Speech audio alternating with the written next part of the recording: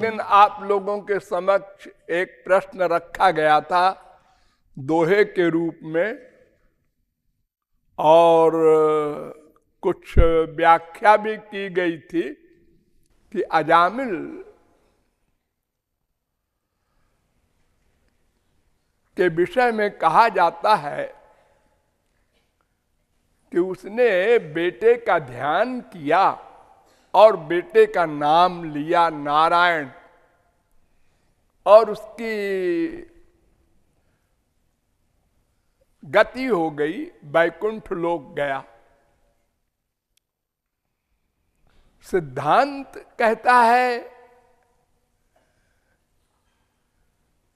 कि जिसका चिंतन होगा मन से और मरते समय उसका चिंतन खास तौर से हो, उसी की प्राप्ति होती है। तो उसको बेटे की प्राप्ति होनी चाहिए।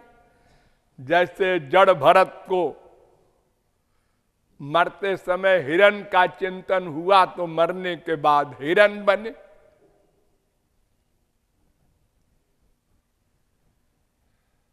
सभी जीवों का एक सिद्धांत है कि जिसमें आपका सबसे अधिक अटैचमेंट होगा, मरते समय उसी का चिंतन होगा और मरने के बाद उसी की प्राप्ति होगी।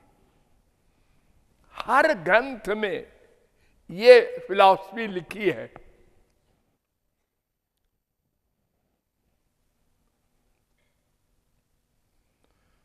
बहुत डिटेल में गीता में भी लिखा है, यान्ति देवव्रता देवान पितॄन् यान्ति पितृव्रता भूतानि यान्ति भूतेज्या।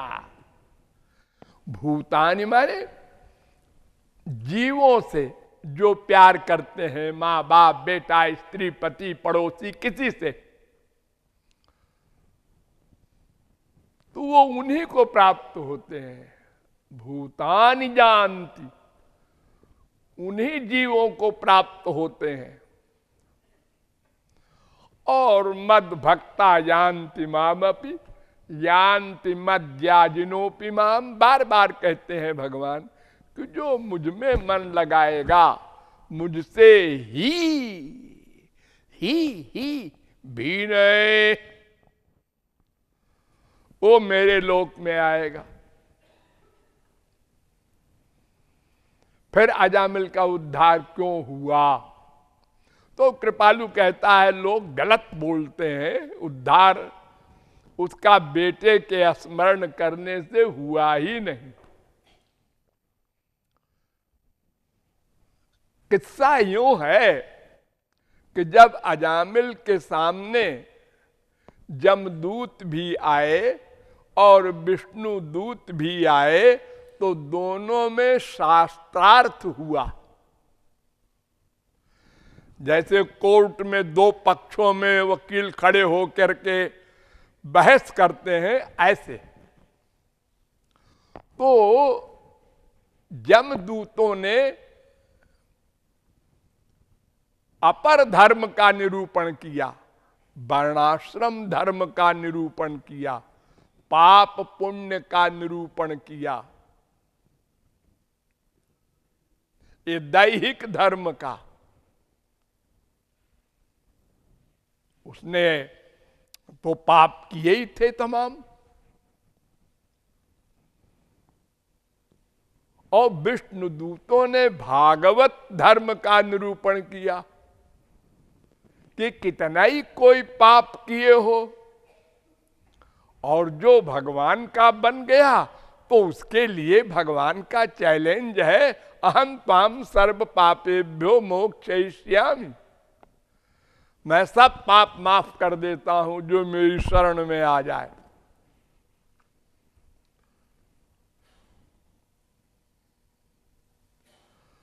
तो बात तो भागवत धर्म तो यही है जो जब विष्णु दूतों ने कहा, लेकिन क्या ये भगवान की ही शरण में था? नहीं। तो फिर क्या हुआ? इसके बाद क्या हुआ? वो विष्णुदूत वैकुंठ में ले गए ना। भागवत कहती है तम याम्य पाषाण निर्मुच्य विप्रम मृत्यो रमी मुचत।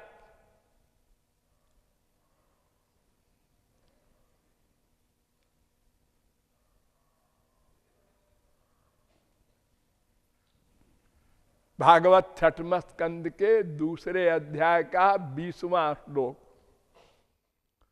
विष्णु दूतों ने जमदूतों से छुड़ा लिया अजामिल को और मृत्यु से बचा लिया, मरने नहीं दिया, यानी मरे नहीं हो। विष्णु लोक जाने की बात तो मरने के बाद होगी ना। तो मृत्यो रमी मुचत, मृत्यु से बचा लिया। और अजामिल ने क्या किया? अजामिलोप्यथा कारणीय, अजामिलोप्यथा कारणीय दूतानाम यम कृष्णयो हो।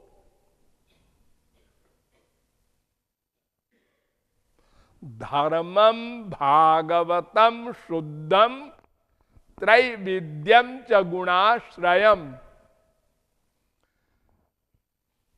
जमदूतों से त्रिगुणात्मक धर्म सुना और विष्णु दूतों से भागवत शुद्ध धर्म सुना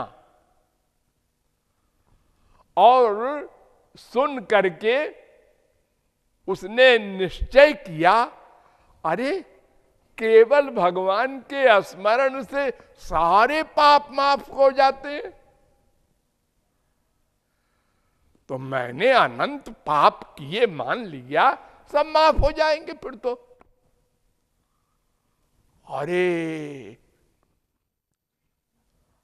मैंने क्या किया, पूरे जीवन बर्बाद कर दिया। और रोने लगा। और भक्तिमान भगवत्याशु माहात्म्य श्रवणाधरे, ये 6:2:24, 6:2:25 भागवत। भगवान के भक्ति के महात्म को सुनकर वो तुरंत उसने मन भगवान में लगा दिया।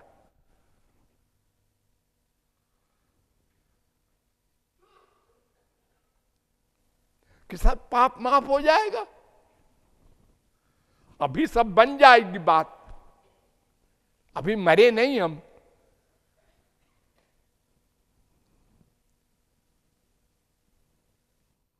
फिर इसके बाद क्या हुआ? उसने निश्चय किया, धास्य मनो भगवती शुद्धम तत्कीर्तनादि भी। 6:2:38 भागवत। अब मैं मन भगवान में ही रखूंगा निरंतर, मन की हिम्मत नहीं जो और कहीं जाए। कीर्तन वगैरह नवधा भक्ति के द्वारा भगवान के गुण गा के, नाम गा के, लीला गा के, उनका ध्यान करके मन लगाऊंगा। धास्य मनो, काली बाणी से नहीं। यह निश्चय करके फिर क्या किया? इति जात सुनिर्वेद त्यक्त सर्वानुबंधन गंगा द्वार मुपेयाय। सब बंधनों को छोड़ दिया उसने, संसारी आसक्ति को। पूर्ण वैराग्य हो गया और निरंतर भगवान में मन लगा दिया। चला गया हरिद्वार, मरा वरा नहीं। 1 साल तक भगवत भक्ति में लगा रहा, डट के दिन रात। उसका अंतःकरण जब शुद्ध हो गया और दिव्य हो गया और भगवत प्राप्ति हो गई, तब वही विष्णु दूत जो 1 साल पहले आए थे, जिन्होंने जमदूतों को भगाया था, वही लोग सिंहासन लेकर आए गोलोक वैकुंठ लोक से, 4 भुजा वाले। और हैमम विमान माहुय जजौ यत्र श्रिया पति, जहां महाविष्णु विराजते हैं उस वैकुंठ धाम में वो अजामिल गया। ये अंत है। तो इस प्रकार अजामिल ने ये दृश्य देखा था। मूर्छित अवस्था में विष्णु दूत भी आए, जमदूत भी आए, ये बातें उनकी हुई और उसको वैराग्य हुआ और विष्णु दूत ने जमदूतों को भगा दिया और स्वयं भी वो जमदूतों से छुड़ा करके चले गए वैकुंठ। उसने दृढ़ वैराग्य और भगवत भक्ति का प्रण करके गंगा द्वार में जा करके हरिद्वार में और 1 साल भक्ति करके भगवत प्राप्ति करके फिर उसने शरीर छोड़ा, भगवान का चिंतन करते हुए, तब वैकुंठ गया। इसलिए ये जो पंडित लोग, संत लोग बोला करते हैं कि बेटे के नाम से भी तर गया, इस धोखे में न रहिएगा आप लोग, नहीं भक्ति बंद कर देंगे आप, अपने बेटे का नाम रख लेंगे गोविंद गोपाल। अरे अगर इतना सरल हो भगवान की प्राप्ति कि बेटा बेटी के नाम भगवान के रख लो और अंत में उनको बुला करके उनका ध्यान करके गोलोक चले जाओ, तो ये संसार ही क्यों रहता।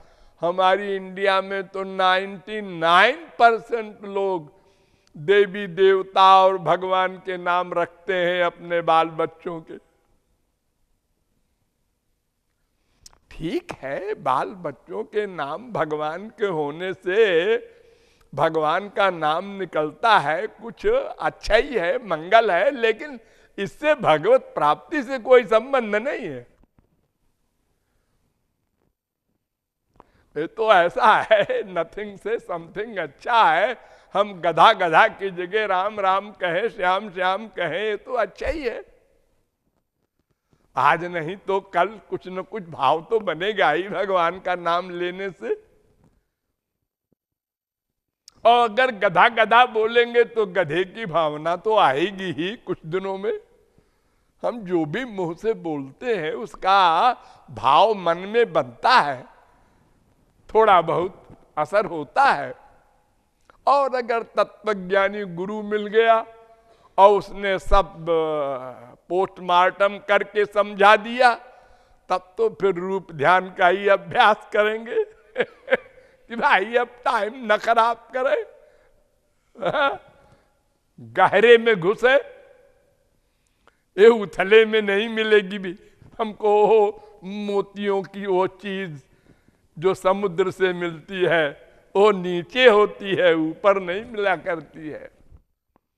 तो इस प्रकार जहां जहां शास्त्रों में ऐसी बातें आती हैं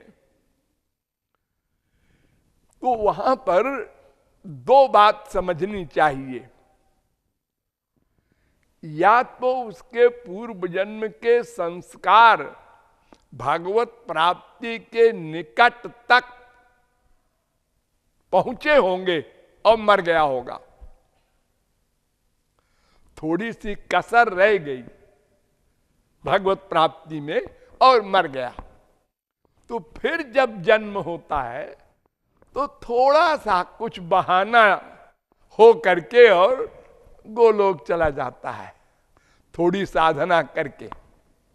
तो हम ये कहते हैं, सोचते हैं, देखते हैं, इसने तो 4 दिन किया, ये ध्रुव ने तो 6 महीने कुल किया भक्ति और भगवत प्राप्ति हो गई। अरे वो 6 महीने नहीं किया, कई हजार जन्म उसके पहले किए हैं। वो थोड़ी सी कसर रह गई थी। ये आप लोग जो यहाँ आके बैठे हैं घर छोड़ के, ये ऐसे ही नहीं बैठे हैं।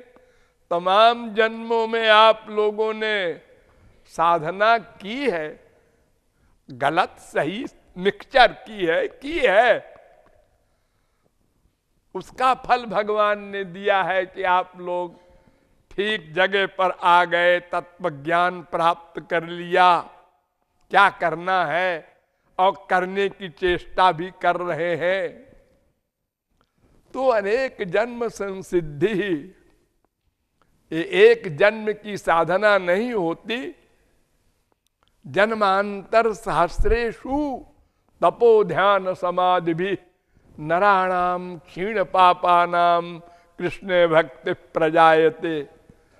राधा कृष्ण के नाम में, गुण में, लीला में उनको सुन के मन में एक खुशी हो, ये भावना, ये स्थिति साधारण नहीं है। बड़ी भगवत कृपा, गुरु कृपा और पूर्व जन्म के अच्छे संस्कार से होता है। तो जहां कहीं इतिहास में आप लोगों को ये सुनाई पड़े या पढ़ने में आवे, उसने तो जरा सा ऐसे किया और काम बन गया, ये ऐसा वैसा नहीं किया। हाँ, मैंने आपको बताया था ना कि पूतना ने जो विष पिलाया है, वो पूतना पहले ही महापुरुष थी। ये रावण पहले ही महापुरुष था। ये सब भगवान के बन चुके थे पहले। ये भगवान की लीला में हेल्पर हो करके आए हैं, अवतार ले करके। हम भोले भाले नहीं समझते, हम वर्तमान देखते हैं, उसके भूत को नहीं जानते। पास्ट टेंस में उसने क्या क्या किया, कौन था, हम किसी के बारे में क्या जानेंगे। हम तो वर्तमान देखेंगे कि आदमी बड़ा खराब है। संस्कार से भी आदमी खराब होता है। पाप पूर्व जन्म के जब प्रारब्ध के अनुसार आते हैं भोगने के लिए, तो बड़े बड़े साधक, उनका पतन हो जाता है। ये अजामिल, इसी भागवत में लिखा है कि जुआवस्था में अजामिल चारों वेदों का विद्वान, धर्मात्मा, जितेंद्रिय, दयालु, सर्वत्र भगवत बुद्धि रखने वाला था। ये उसकी ओरिजिनल अवस्था थी। फिर बुरे संस्कार आ गए, प्रारब्ध जिसे कहते हैं, भाग्य, उसके कारण उसका पतन हुआ। जब प्रारब्ध खत्म हो गया, तब वो विष्णु दूत और जमदूत का नाटक आया सामने। तो चूंकि प्रारब्ध खत्म हो गया, इसलिए वो जहां पहले था वहीं पहुंच गया, और जो थोड़ी सी कसर बाकी थी वो 1 साल में पूरी करके बैकुंठ चला गया। तो ऐसे तमाम महापुरुषों का किस्सा होता है, सुनते हैं आप लोग। अमुक महात्मा ने सिर पे हाथ धर दिया, रामकृष्ण परमहंस ने राम तीर्थ के इनके ऊपर, और उनको अनुभव हो गया ब्रह्म का। सबके ऊपर हाथ धर देने से नहीं होगा। उसके अपने पूर्व जन्म के संस्कार इस क्लास के थे कि हाथ का असर हो गया उसके ऊपर। आप लोगों को मैंने हजारों बार समझाया है कि चुंबक का कमाल शुद्ध लोहे पर होता है, मिलावट वाले पर नहीं हो सकता। जिस लोहे में 90% मिलावट है उसको चुंबक नहीं खींच सकता। वो तो केवल क्लीन लोहा हो उसी को खींचता है। तो भगवान का अवतार या संत महापुरुष उसी को जल्दी खींच सकते हैं जिसका अंतःकरण जितना शुद्ध हो। पापात्मा नहीं खींचता, वो हंसता है। बाबा जी क्या बोल रहे थे?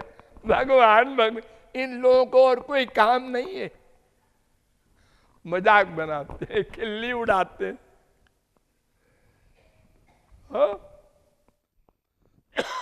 तो अजामिल का आख्यान आप लोग समझ गए, समाधान हो गया होगा। हाँ बोलो।